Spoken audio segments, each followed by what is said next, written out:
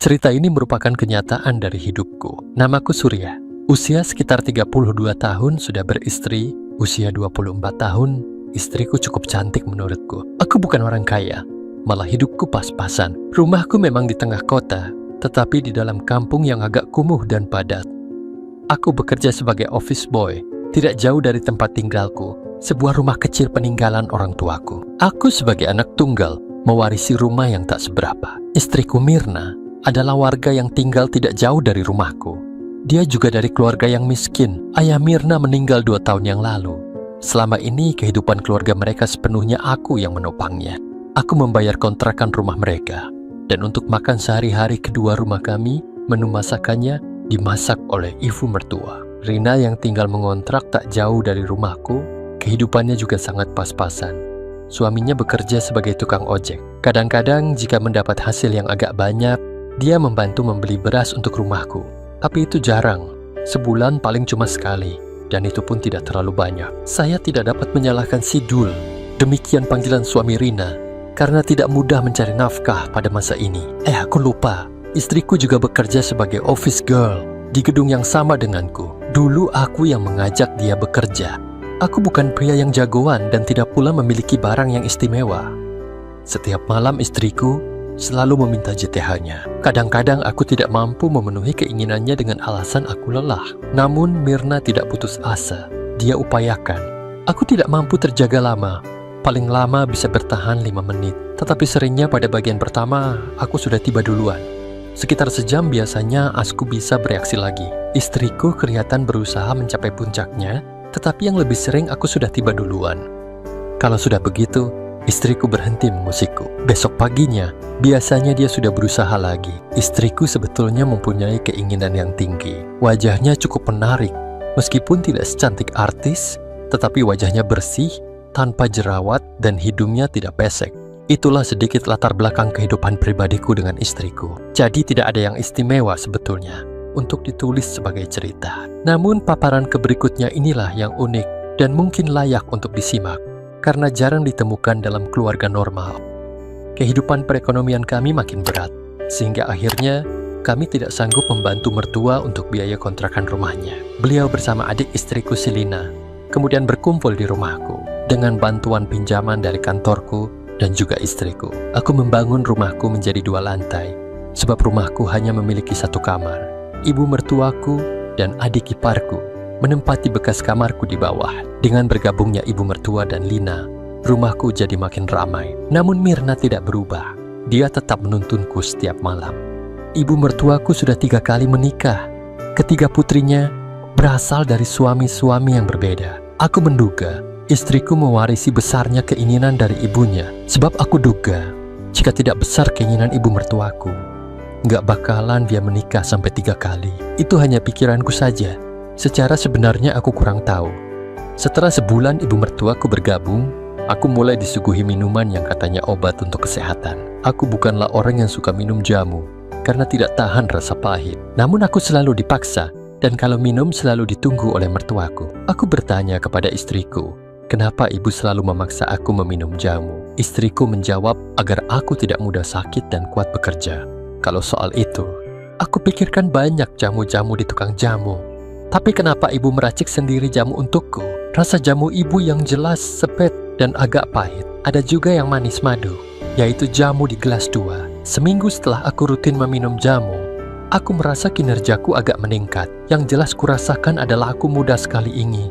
Tidak seperti biasa, bukan hanya berubah, tetapi aku agak mampu terjaga lebih lama dari biasanya. Namun anehnya, pekerjaan yang lama itu tidak selalu membuat istriku lega. Pernah aku melakukannya sampai hampir setengah jam dan berganti-ganti cara. Tetapi istriku tetap saja sulit mencapai kebahagiaan. Aku merasa dampak dari ramuan jamu ibu mertuaku membuat diriku makin berubah.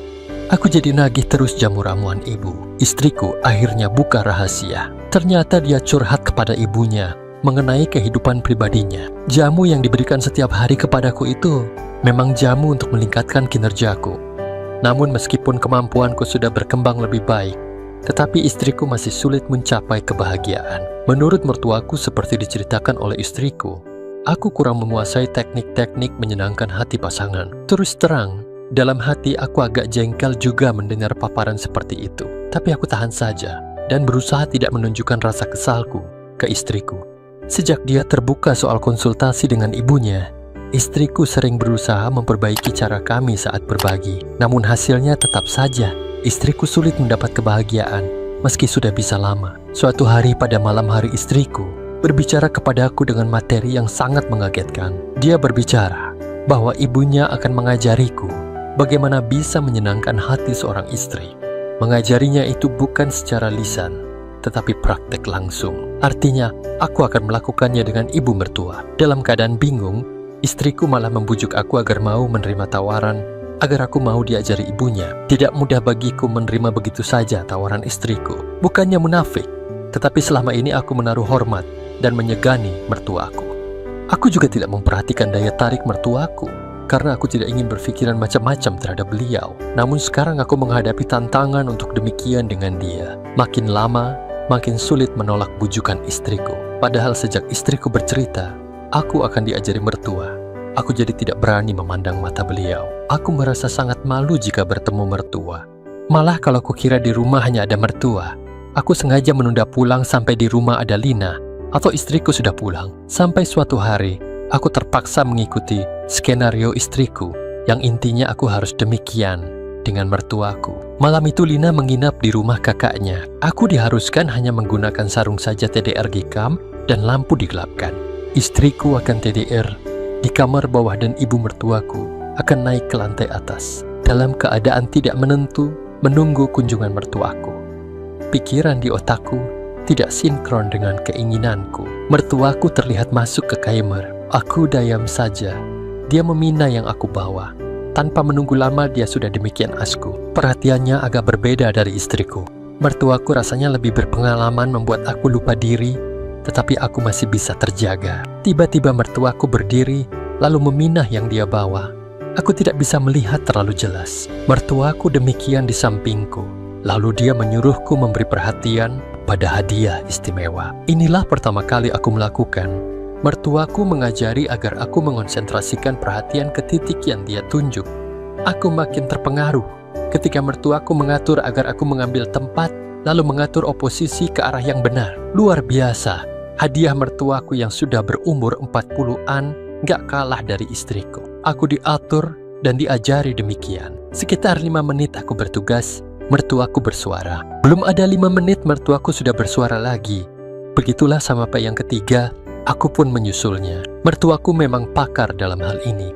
Dia mempengaruhiku sedemikian rupa, sehingga tidak sampai setengah jam aku sudah siap lagi. Aku mendapat pengalaman indah ini dengan mertuaku. Jika ada yang pertama, maka pasti ada yang kedua, ketiga, dan seterusnya. Begitulah hubunganku dengan mertuaku berlanjut.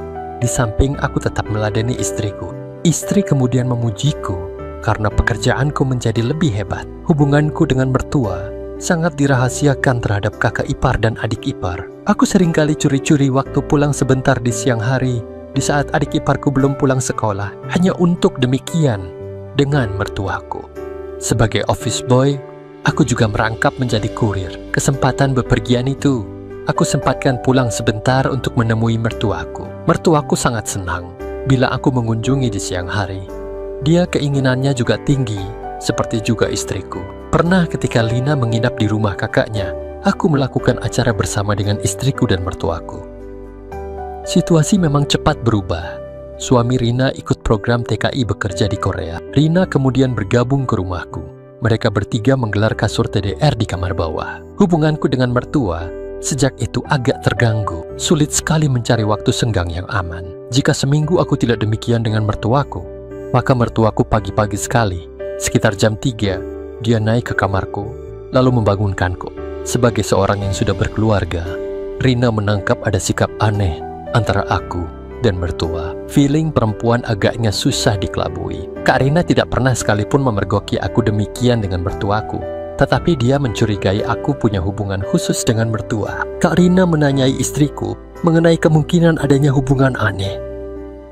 Istriku mengaku kepadaku bahwa dia tidak bisa berbohong ke kakaknya dan menceritakan terus terang.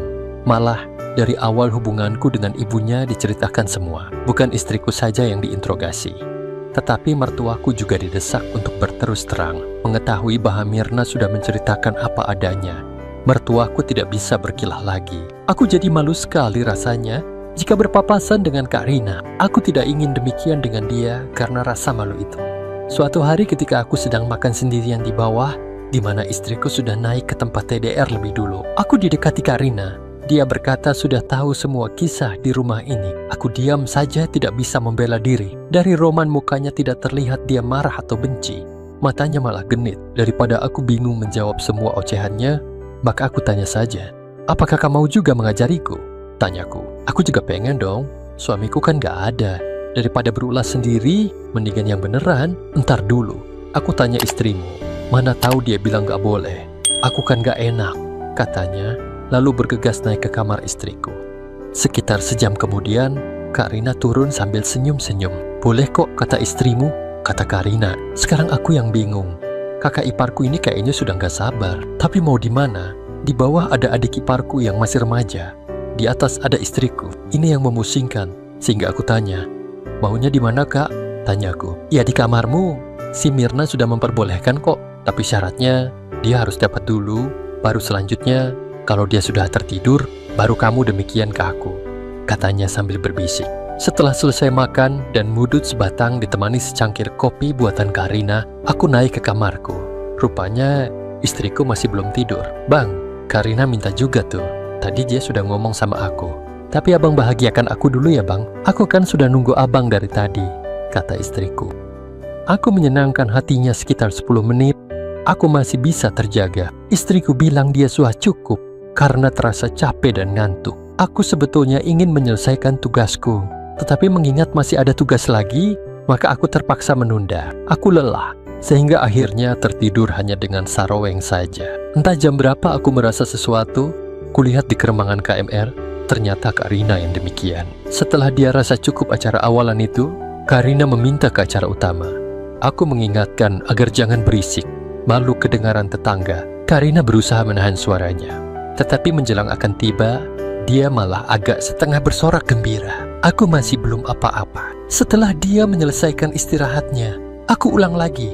Sampai akhirnya, Kak Rina dapat sampai 5 kali. Baru aku menyusulnya. Dengan agak terhuyung karena kata dia lemah banget, dia turun ke kamarnya. Aku meneruskan TDR. Rasanya belum lama aku tertidur. Sudah ada lagi yang terasa berbeda. Kulihat sumbernya.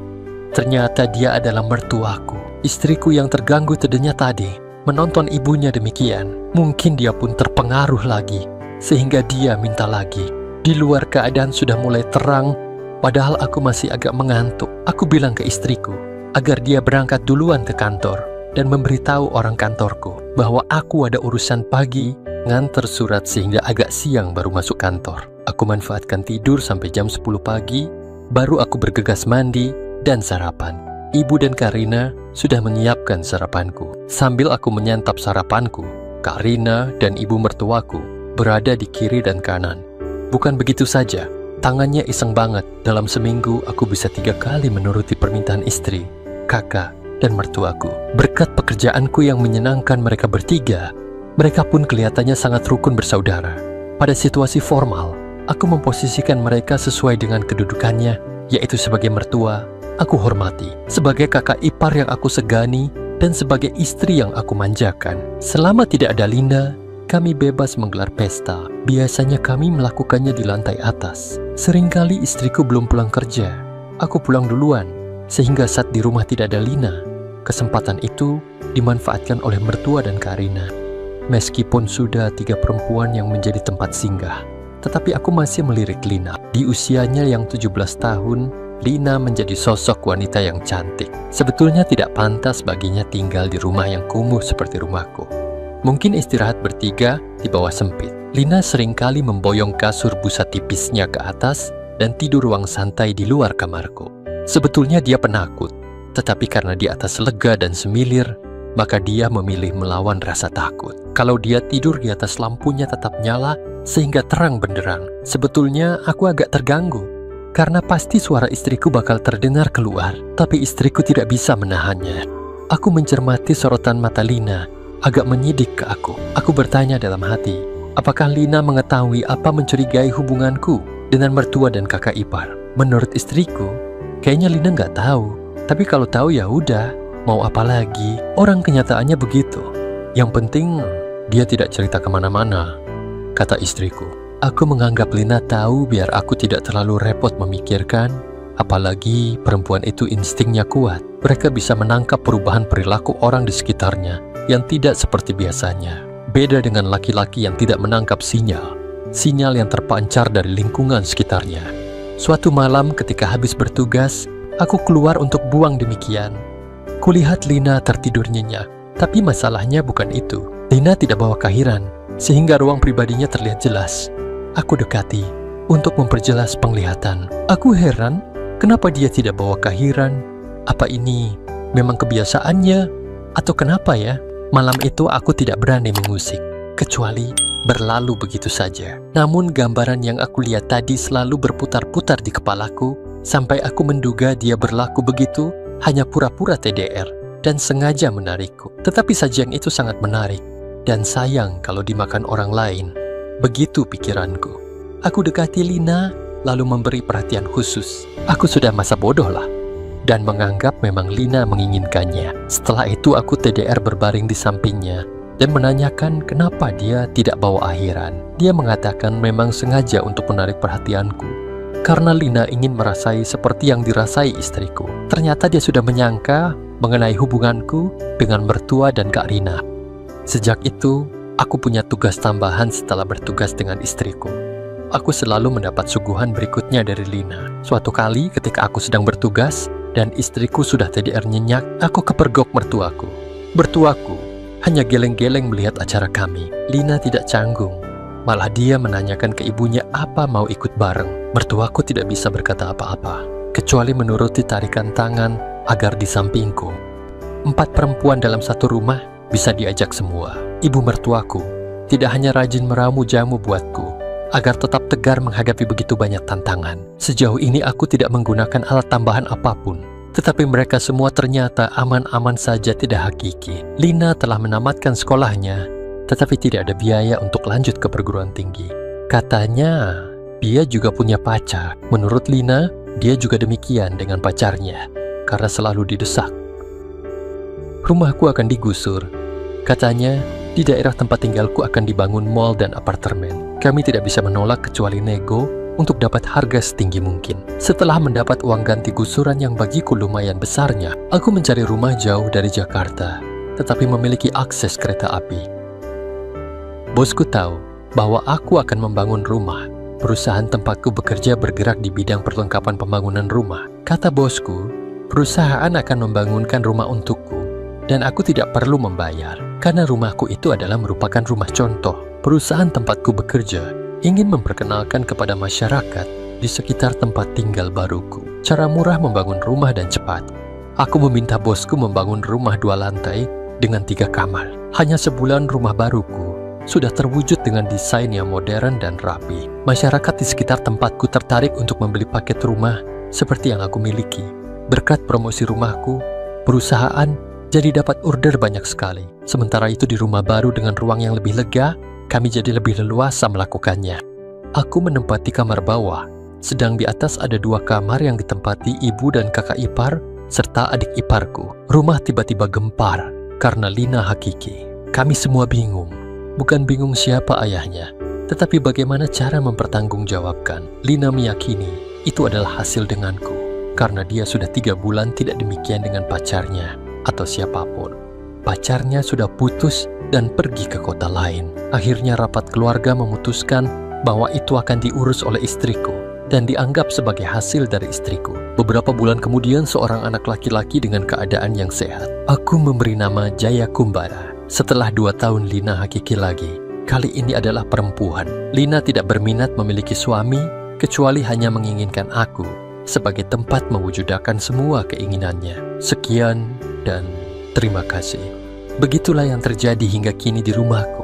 Entah sampai kapan, aku pun tidak tahu. Semoga teman-teman terhibur.